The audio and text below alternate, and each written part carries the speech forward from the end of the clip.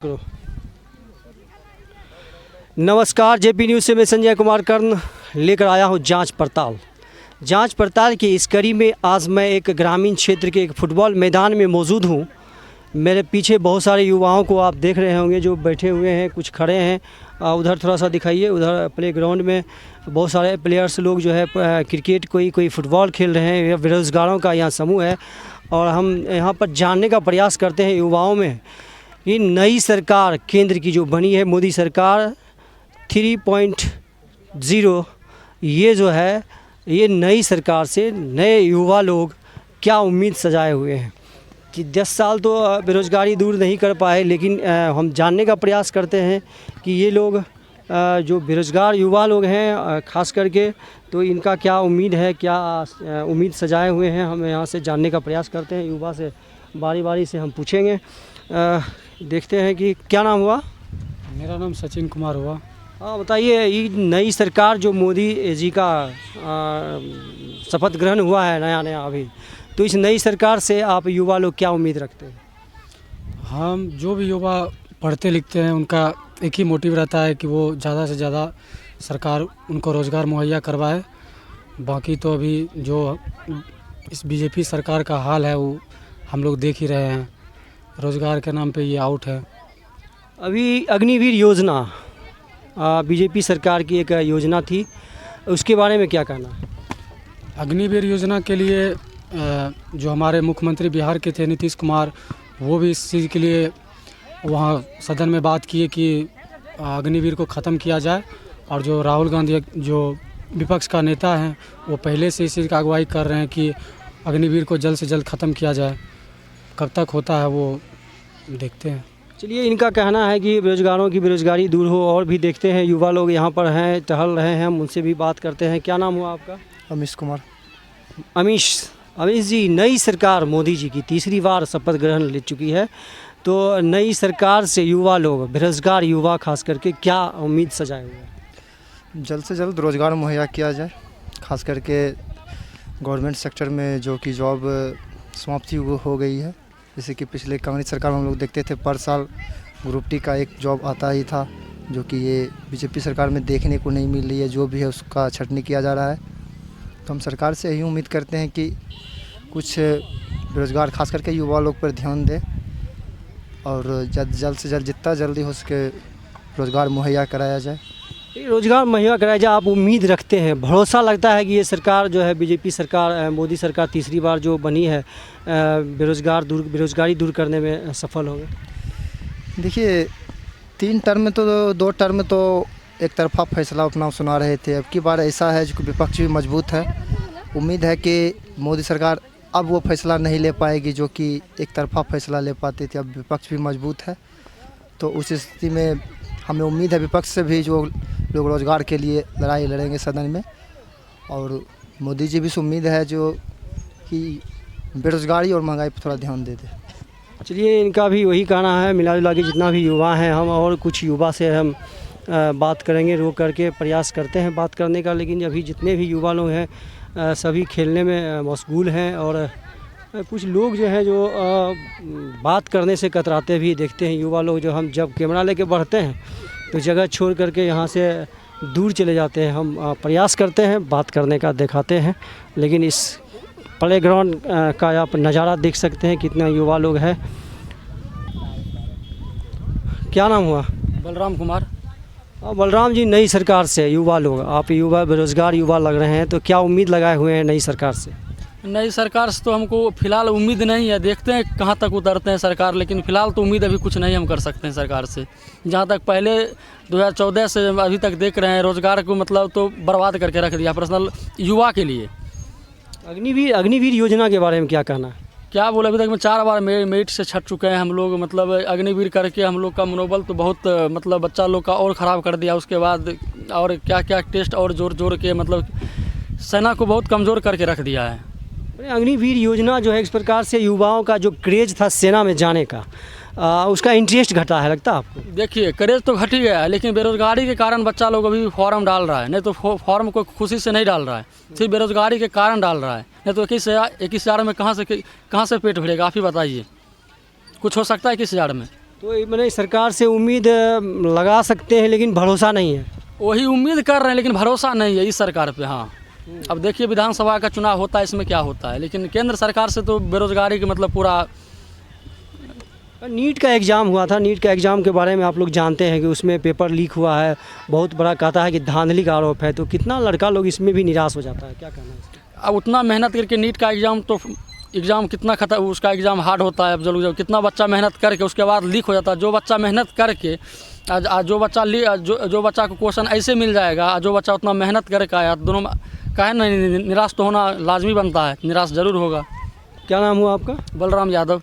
कहाँ घर हुआ? खार दिहारा, बेगूसराय जिला। हाँ बेगूसराय जिला हुआ मेरा। चलिए, बहुत बहुत देखते हैं कि जो भी हम युवा की तरफ बढ़ते हैं कैमरा लेकर के, कुछ तो एकदम आगे बढ़ के इसमें हिस्सा लेते हैं, लेकिन बहुत सारे युवा लोग हैं जो इससे कतराते हैं बात करने से, लेकिन हम बात करने का प्रयास करते हैं, देखिए और क्या होता है। तो इस प्रकार आप देख सकते हैं कि युवा लोग अभी अपना कोई फुटबॉल खेलने में, कोई क्रिकेट खेलने में मशगूल है।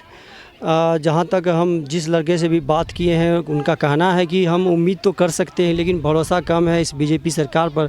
बेरोज़गारी दूर करने में सफल नहीं हो पाएंगे, इनका सोच है। लेकिन हम भी उम्मीद करते हैं, उम्मीद लगाए हुए हैं कि तमाम बेरोज़गारों की जो भरोसा है, जो उम्मीद है, उस पर अब की बार तीसरी बार जो शपथ ग्रहण किए हैं मोदी जी, युवाओं के रोज़गार दिलाने में सफल होंगे और इनके भरोसा को टूटने नहीं देंगे। बहुत बहुत धन्यवाद। खासकर पढ़े लिखे विद्यार्थी तो कतई नहीं चाहता था कि एनडीए का सरकार बने, क्योंकि उनके 10 साल के कार्यकाल में बेरोज़गारी उच्च स्तर पर चल गई है।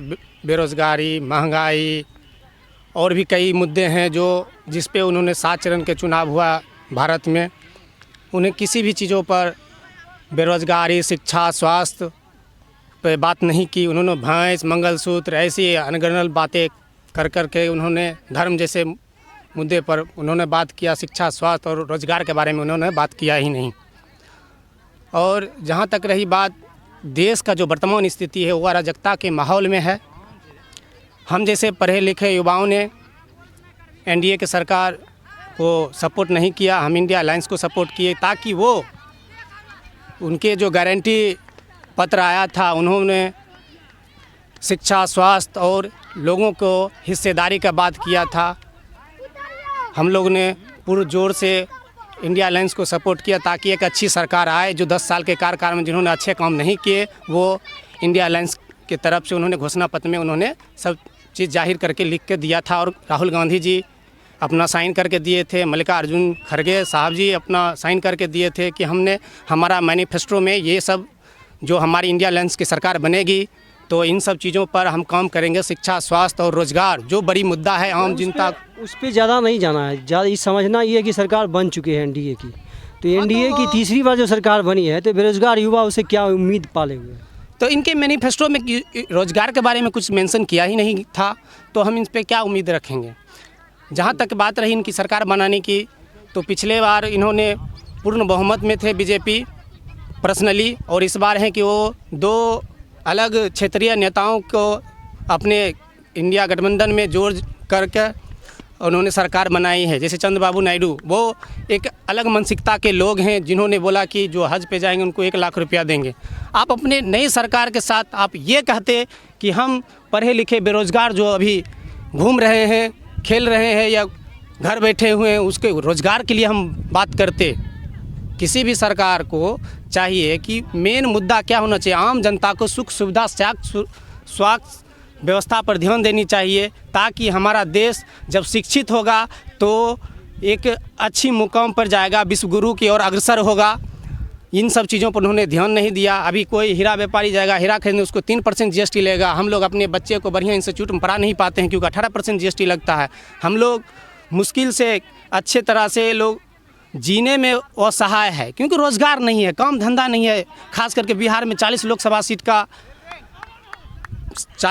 सीट का बिहार में सीट है, उसमें से बिहार वासियों ने, बिहार की जनताओं ने एनडीए को पिछले 2019 के लोकसभा चुनाव में 39 एमपी को जिता के मोदी जी को प्रधानमंत्री बनाया और इस 10 साल के कार्यकाल में बिहार के युवाओं के लिए बिहार में शिक्षा, स्वास्थ्य और रोजगार के बारे में उन्होंने एक मीटिंग तक नहीं रखा। तो उससे हम क्या उम्मीद रखते? जहाँ तक मेरी जानकारी की बात है तो हम आपके साथ साझा कर रहे हैं। बाकी आप तो यूट्यूबर हैं, इन सब चीज़ों को, मुद्दा को आवाम और आम जनता के साथ ग्रामीण क्षेत्र पर, ये कहा जाए तो प्ले ग्राउंड है, यहाँ आके पे शिक्षित और खिलाड़ी लोगों से पूछना चाह रहे हैं कि आपका क्या सोच है। तो आपका धन्यवाद करना चाहते हैं जेपी न्यूज़ को कि आप एक यूट्यूबर रहते हुए आप इन लोगों से या हम जैसे युवाओं से यहाँ तक पहुँच के पूछ रहे हैं कि क्या सब होना चाहिए। जहाँ तक बात रहा अभी देश के वर्तमान स्थिति को हम बताना चाहेंगे आपके चैनल के माध्यम से कि लद्दाख में सोनम वांगचुक जिसके ऊपर 3 इडियट्स मूवी बना था, वो एक साइंटिस्ट हैं।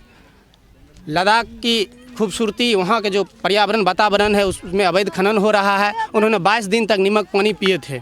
कोई बढ़िया चैनल जो नेशनल टीवी है दिखाने का प्रयास नहीं किया था। आप सबका जो छोटे छोटे यूट्यूबर हैं उनका शुक्रगुजार हूँ कि आपने जनता के मुद्दा को दिखाने का प्रयास कर रहे हैं। और जैसे कि अरुणाचल प्रदेश वो हमारे भारत के हिस्सा हैं, चीन अरुणाचल प्रदेश भारत में घुसकर 30 शहरों का नाम चेंज कर दिए हैं। हमारे जो विदेश मंत्री हैं एस जयशंकर, उन्होंने कहा था कि किसी के घर के आगे या घर में घुस के नेम प्लेट चेंज कर देने से क्या उसका हो जाएगा। तो हम अपने विदेश मंत्री एस जयशंकर सर से कहना चाहते हैं क्या आप भी चीन में घुस के किसी एक शहर का नाम चेंज कर दीजिए तो आपकी बहादुरी हम समझेंगे, तब सोचेंगे कि मोदी की सरकार एक मजबूत सरकार है। और बात रही मणिपुर की, 1 साल तक वहाँ आगजनी होते रहा। 1 साल के दरमियान उन्होंने एक बार नहीं जाके वहाँ देखा कि वहाँ जनता की क्या दुर्दशा हो रही है। आगजनी होते रहा। 240 लोग सुनने में आया है कि वहाँ के शहीद हो गए या मृत्यु हो गई। वो तो हुआ वहाँ 2 महिलाओं को निवस्त्र करके घुमाया गया और इतनी दयनीय स्थिति में घुमाया गया कि बोलने में बताने में हमको बहुत शर्म आ रहा है, क्योंकि हम पुरुष हैं। महिला को नग्न करके घुमाया जाए तो किस तरह का माहौल हुआ होगा। हमको बहुत शर्म आती है कि हम ऐसे सरकार के नीचे